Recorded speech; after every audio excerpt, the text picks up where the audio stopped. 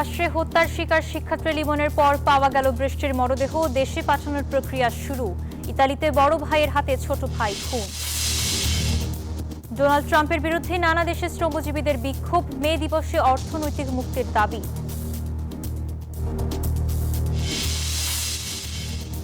ইরানের সঙ্গে ফের যুদ্ধ শুরুর ইঙ্গিত ট্রাম্পের। তেহরানের কড়া জবাবের হুঁশিয়ারি। লেবাননের 10 কিলোমিটার ভেতরে ইসরায়েলি বাহিনীর প্রবেশ।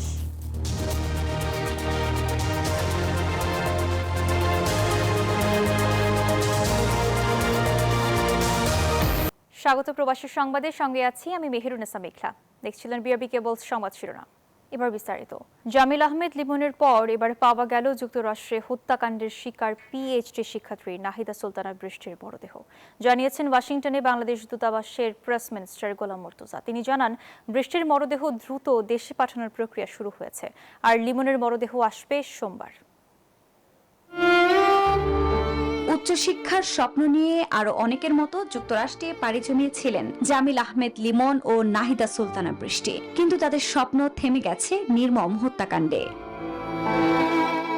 লিমনের মরদেহ পাওয়া গেছে আগেই, আর বৃষ্টির মরদেহের খণ্ডাংশ পাওয়া গেলেও এতদিন আনুষ্ঠানিকভাবে নিখোঁজ ছিলেন তিনি। এবার পুলিশ নিশ্চিত করেছে খুন হয়েছিলেন বৃষ্টিও। গত 26 এপ্রিল ফ্লোরিডার ফ্র্যাঙ্কল্যান্ড ব্রিজের দক্ষিণে একটি খণ্ডিত মরদেহ পায় পুলিশ। সেটি বৃষ্টির মরদেহ বলছে ফ্লোরিডা পুলিশ। গ্রেফতার থাকা সন্দেহভাজন হত্যাকারীর তথ্য ও সবশেষ সিসিটিভি ফুটেজের সহায়তায় এই মরদেহ খুঁজে পাওয়া যায়। বৃষ্টির ভাইয়ের সঙ্গে যোগাযোগ করে বিষয়টি জানানো হয়েছে। বৃষ্টির মরদেহ দ্রুত দেশে পাঠাতে বাংলাদেশ দূতাবাস ও মিয়ামির বাংলাদেশ কনসুলেট যৌথভাবে প্রয়োজনীয় প্রক্রিয়া শুরু করেছে। বৃহস্পতিবার ফ্লোরিডার ইসলামিক সোসাইটি অব টম্পা বেতে লিমনের জানাজা সম্পন্ন হয়। বাংলাদেশ দূতাবাস জানিয়েছে, এমিরেটস এয়ারলাইন্সের একটি ফ্লাইটে লিমনের মরদেহ শনিবার অরল্যান্ডো থেকে বাংলাদেশের পথে রওনা হবে। ঢাকায় এসে পৌঁছাবে সোমবার। যুক্তরাষ্ট্রের ইউনিভার্সিটি অব সাউথ ফ্লোরিডার 2 বাংলাদেশি পিএইচডি শিক্ষার্থী ছিলেন লিমন ও বৃষ্টি। তাদের হত্যাকারীর সন্দেহে ফিলিস্তিনি বংশোদ্ভূত একজনকে গ্রেফতার করেছে পুলিশ। তাকে আটক রাখার নির্দেশ দিয়েছে আদালত, যা জামিনের অযোগ্য। আফরিন মৌ, নিউজ 24। ইতালিতে পারিবারিক কলহের জেরে বড় ভাইয়ের ছুরির আঘাতে ছোট ভাইয়ের মর্মান্তিক মৃত্যু হয়েছে। গত বুধবার রাতে ইতালির লেইজ শহরে ঘটনা ঘটে। এরপর অভিযুক্ত বড় ভাই ভিডিও কলে দেশে থাকা পরিবারের সদস্যদের কাছে হত্যার বিষয়টি স্বীকার করেন। নিহত নয়ন শেখ ও অভিযুক্ত হুমায়ুন শেখ মুন্সিগঞ্জের টঙ্গিবাড়ি উপজেলার সোনারং এলাকার বাসিন্দা। এরই মধ্যে হত্যাকারীকে আটক করেছে পুলিশ। ডোনাল্ড ট্রাম্পের বিরুদ্ধে বিক্ষোভ করেছেন বিশ্বের শ্রমজীবীরা। মে দিবসে অর্থনৈতিক মুক্তির দাবিতে তাদের এই বিক্ষোভ। মধ্যপ্রাচ্যের সংঘাতের জেরে দেশে দেশে বেড়েছে জ্বালানির দাম, সাথে রয়েছে দ্রব্যমূল্যের ঊর্ধ্বগতি। তাই নাকাল জনজীবন। বিক্ষোভকারীরা বলেন, যুক্তরাষ্ট্রের যুদ্ধের খেসারত দিতে বাধ্য নন তারা। সে কারণে ন্যায্য অধিকার আদায়ের এই দিনে ট্রাম্পের কুশপুত্তলিকা দাহ করেই ক্ষোভের জানান দেন ফিলিপাইন সহ একাধিক দেশের শ্রমজীবীরা। উত্তাল ফিলিপাইন্সের রাজধানী ম্যানিলা।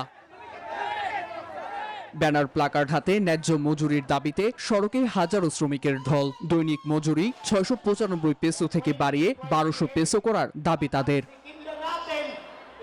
ব্যানার হাতে বিশাল মিছিল ছুটে যায় মার্কিন দূতাবাসের সামনে। তাদের রুখে দেয় আইন শৃঙ্খলা বাহিনী, বাধে সংঘর্ষ। এরই মধ্যে মার্কিন প্রেসিডেন্ট ডোনাল্ড ট্রাম্প, ইসরায়েলি প্রধানমন্ত্রী বেনিয়ামিন নেতানিয়াহু ও ফিলিপাইন্সের প্রেসিডেন্ট ফার্দিনান্দের কুশপুত্তলিকা দাহ করেন বিক্ষোভকারীরা। মধ্যপ্রাচ্যে যুদ্ধের প্রভাবে জ্বালানির দাম দ্বিগুণের বেশি বেড়েছে। পরিবহন শ্রমিকরা পর্যাপ্ত আয় করতে পারছেন না।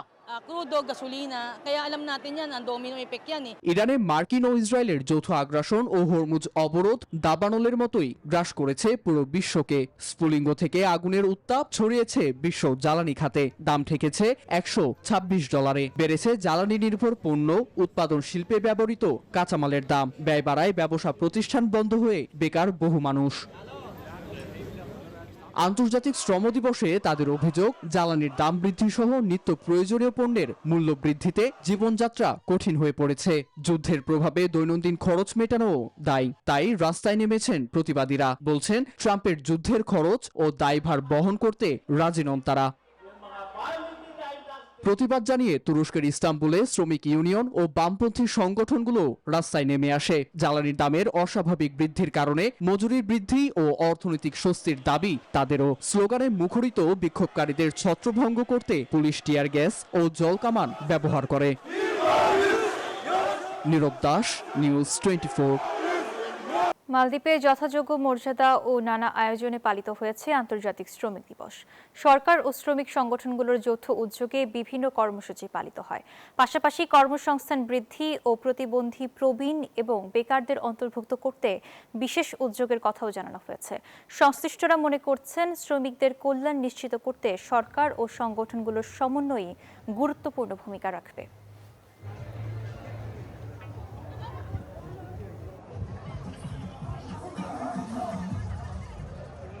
কানাডায় বাংলাদেশি বংশোদ্ভূত ডলি বেগম এমপি হিসেবে শপথ নিয়েছেন। এর আগে টরন্টোর স্কারবোরো সাউথ ওয়েস্ট আসন থেকে লিবারেল পার্টির প্রার্থী হিসেবে উপনির্বাচনে জয়লাভ করে তিনি এই ইতিহাস করেন। টরন্টোর স্কারবোরো সাউথ ওয়েস্ট আসন থেকে ক্ষমতাসীন লিবারেল পার্টির প্রার্থী হিসেবে জয়লাভ করেন তিনি। শপথ নেওয়ার পর সামাজিক যোগাযোগ মাধ্যমে দেয়া এক বার্তায় ডলি বেগম বলেন, স্কারবোরো সাউথ ওয়েস্টের সংসদ সদস্য হিসেবে দায়িত্ব নিতে পেরে তিনি সম্মানিত বোধ করছেন।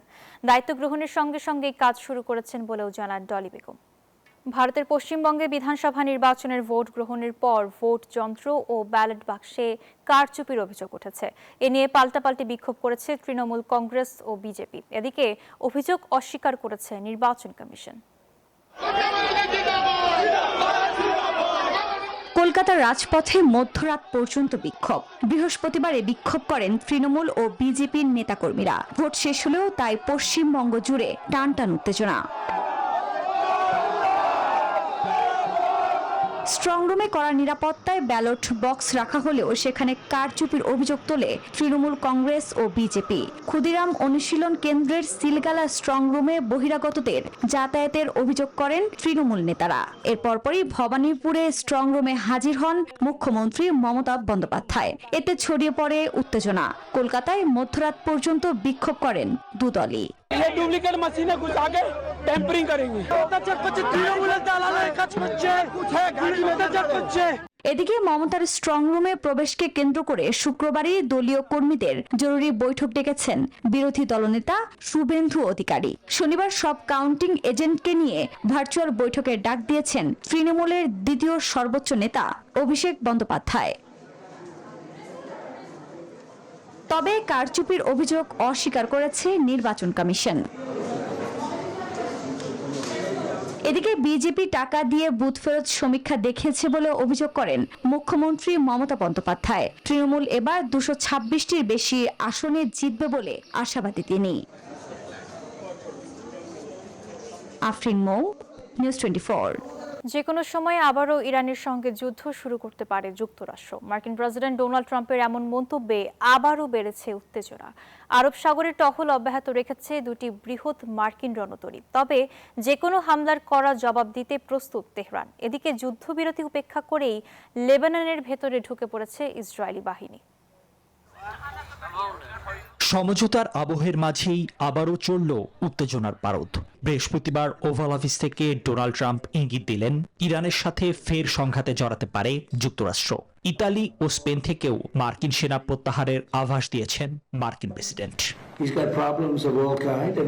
ইউএসএস জেরাল্ড ফোর্ড রণতরী দেশে ফিরলেও মধ্যপ্রাচ্যে মার্কিন নৌ অবরোধ শিথিল হয়নি। ইরানের উপর চাপ ধরে রাখতে আরব সাগরে এখনো কড়া পাহারায় টহল দিচ্ছে জর্জ H.W. বুশ এবং আব্রাহাম লিঙ্কন যুদ্ধজাহাজ।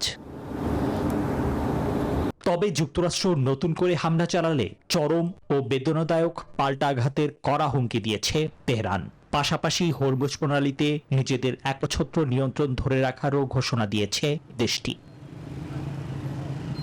অন্যদিকে যুদ্ধবিরতি অমান্য করে লেবাননের দক্ষিণাঞ্চলে ভূগর্ভস্থ টানেলগুলোতে ব্যাপক বিমান হামলা চালিয়েছে ইসরায়েল।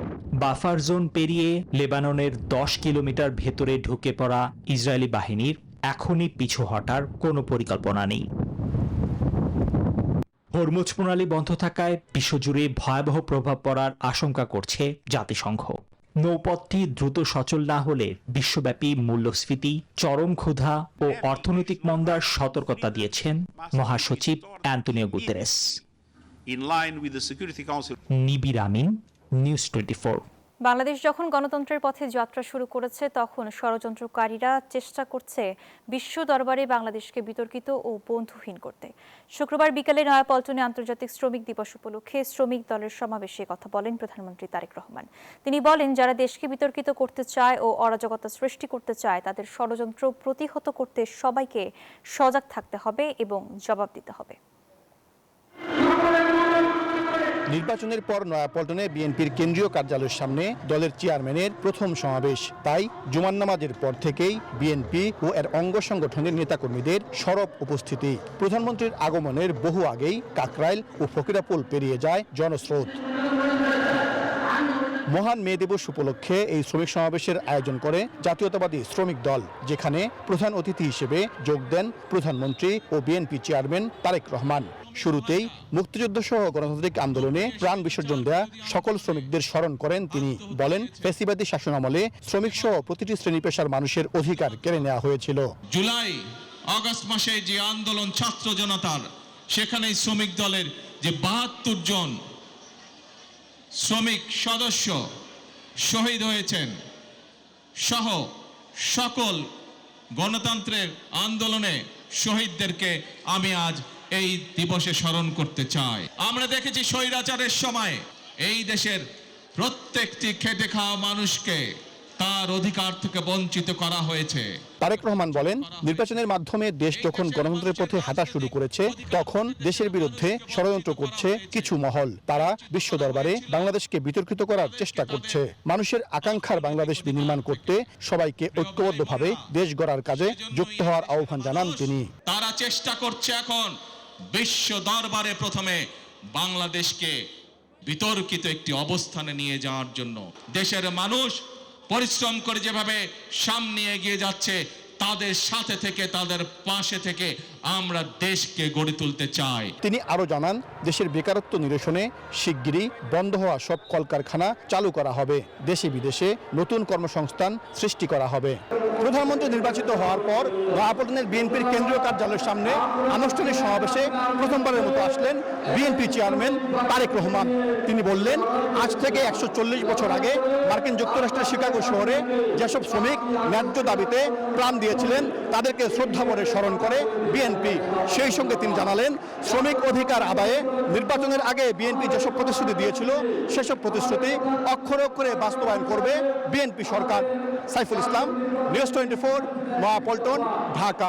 শ্রমিকদের অধিকার নিশ্চিত না হওয়া পর্যন্ত চলবে লড়াই সংগ্রাম। সংসদ ও রাজপথে সরগরম থাকবে জামায়াত ইসলামী, বলেছেন দলের আমির ডক্টর শফিকুর রহমান। শুক্রবার বিকেলে রাজধানীতে শ্রমিক কল্যাণ ফেডারেশনের সমাবেশে এসব কথা বলেন তিনি। অন্য নেতারা বলেন, সব খাতেই শ্রমিকরা বৈষম্যের শিকার। আন্তর্জাতিক শ্রমিক দিবসে রাজধানীর বায়তুল মোকাররমে দক্ষিণ গেটে এই সমাবেশের আয়োজন করে বাংলাদেশ শ্রমিক কল্যাণ ফেডারেশন। সমাবেশে অংশ নেন বিভিন্ন পেশার শ্রমিক, তুলে ধরেন নানা দাবি। অনেক মালিক আছে, তারা বেতন ভাতা পরিশোধ করে না, দেয় না, এবং কোন একটু ত্রুটি পাইলে তারা শ্রমিকদেরকে ধাক্কা দিয়ে কোম্পানি থেকে বের করে দেয়। এটা যেন না হয়। শ্রমিকদের ন্যূনতম মজুরি 25,000 টাকা করা হয়। নারী শ্রমিকদের মাতৃত্বকালীন 6 মাসের ছুটি বেতন সহকারে 6 মাসের ছুটি দেওয়া হয়। নেতারা সবাই পাচ্ছে, ধনীরা সবাই পাচ্ছে, শ্রমিকদের সারাক্ষণ মানুষ উল্লুকা পাঠ্যা মনে করে। এজন্য শ্রমিকদের ন্যায্য আগে আদায় করতে হবে। সমাবেশে জামায়াত নেতারা বলেন, প্রতিটি খাতেই শ্রমিকরা বৈষম্যের শিকার। শ্রমিকদের অধিকার নিয়ে যে ছিনিমিনি, শ্রমিকদের অধিকার প্রতিষ্ঠা করার ক্ষেত্রে রাষ্ট্র এবং সরকারের যে অনীহা, এটি কোনোভাবেই আমরা মেনে নিতে পারি না।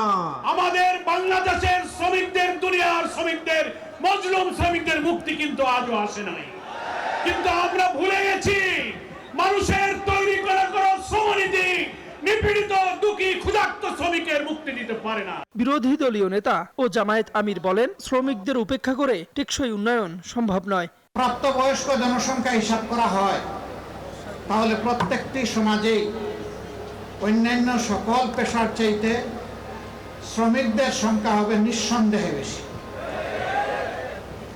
এই বৃহত্তর জনগোষ্ঠীর প্রয়োজন এবং মর্যাদাকে উপেক্ষা করে একটা সমাজ কখনো টেকসই হতে পারে না, সত্যিকারের উন্নয়ন আসতে পারে না। তিনি বলেন, বছর জুড়ে সবাই শ্রমিকদের অধিকারের কথা বলে, কিন্তু বাস্তবায়ন করতে ভুলে যান। আমরা পারস্পরিক শ্রদ্ধা, মর্যাদা, ভালোবাসার রাজনীতিতে বিশ্বাসী। তাওহিদুল ইসলাম, নিউজ 24, ঢাকা। শ্রমিকদের সম্মানজনক ন্যূনতম মজুরি ও কাজের সুষ্ঠু পরিবেশ নিশ্চিত করা এখন সময়ের দাবি মন্তব্য করেছেন এনসিপি নেতারা। শুক্রবার বিকেলে রাজধানীর শাহবাগে শ্রমিক শক্তি আয়োজিত সমাবেশে যোগ দেন তারা। বলেন, কেবল দিবস পালনে সীমাবদ্ধ থাকলে চলবে না, শ্রমিকদের ন্যায্য অধিকার ও মানবিক মর্যাদা রক্ষা করতে হবে। রাষ্ট্রীয় নীতিমালায় প্রান্তিক পর্যায়ে থাকা শ্রমিকদের অংশগ্রহণ নিশ্চিতের তাগিদও দেন তারা। বাংলাদেশকে অর্থনৈতিক একটা খাদের কিনারায় নিয়ে গিয়ে দাঁড় করানো হবে এমন ধরনের আইন সংসদে পাশ করানো হয়েছে। আমরা যখন দেখি হাজার হাজার কোটি টাকা লুটপাট করা হয়, সেখানে শ্রমিকের স্বার্থ থাকে না। শ্রমিকদেরকে ব্যবহার করে যখন দেশের অবস্থা ভঙ্গুর হয়ে পড়বে, আমাদের এই শ্রমিক শ্রেণী সব থেকে বিপদের মধ্যে তারা পড়বে। মহান মে দিবসে রাজধানীর রাজপথে হাজারো শ্রমিক মিছিল, সমাবেশের স্লোগানে মুখর শ্রমিকের কণ্ঠ। অর্থনীতির চালিকা শক্তি হয়েও কেন তারা বঞ্চিত, একটাই প্রশ্ন তাদের। রক্তস্নাত ইতিহাসের এই দিনে উঠে এসেছে ন্যায্য মজুরি, নিরাপদ কর্মপরিবেশ আর সামাজিক নিরাপত্তার দাবি। লাল পতাকার ঢেউয়ে উত্তাল রাজধানীর রাজপথ। মে দিবসে শ্রমিকদের কণ্ঠে উঠে এসেছে অধিকার আদায়ের দৃঢ় অঙ্গীকার। জাতীয় প্রেসক্লাব থেকে পল্টন, গুলিস্তান শহরের গুরুত্বপূর্ণ সড়কগুলো দখল করে নেয় মিছিল, শোভাযাত্রার মানববন্ধন। স্লোগানে স্লোগানে মুখরে সমাবেশে শ্রমিকদের প্রধান দাবি বাঁচার মতো মজুরি, নির্ধারিত কর্মঘণ্টা, নিরাপদ কর্মপরিবেশ এবং শিক্ষা স্বাস্থ্যসেবার নিশ্চয়তা। পণ্যমূল্যের ঊর্ধ্বগতি কষাঘাত দেশে, তাই উঠে এলো টিকে থাকতে বিশেষ শ্রমিক কার্ড চালুর দাবি। ভর্তুকি মূল্য খাদ্য সরবরাহ সহ শ্রমিক কার্ড চালু করতে হবে। যেহেতু সরকার এখন বলতেছে শ্রমিক কার্ড দিচ্ছে, আমরা বলতে চাই আমাদের কার্ডের মাধ্যমে রেশন দিতে হবে। 140 বছর পার হয়ে গেল, কিন্তু সেই 8 ঘন্টা আজও পর্যন্ত দাবি পূরণ করা হয় নাই। শ্রমিকদের ন্যূনতম মজুরি 30,000 টাকা করার দাবি জানান শ্রমিক নেতারা। মে দিবসে মানুষ আত্মাহুতি দিয়েছিল 8 ঘন্টা কর্মের দাবিতে। আমরা যারা টেলিকম সেক্টরে কাজ করি, আমরা এখনো 10, 12, 15, এমনকি 24 ঘন্টা আমাদের কাজ করতে হয়। লাল পতাকার এই জোয়ার শুধু প্রতীক নয়, এটি শ্রমিকদের দীর্ঘদিনের বঞ্চনার অধিকার আদায়ের সংগ্রামের ভাষা। রাশেদ জায়খান, নিউজ 24, ঢাকা। আর এই ছিল প্রবাসের সংবাদ। এতক্ষণ সঙ্গে থাকার জন্য ধন্যবাদ।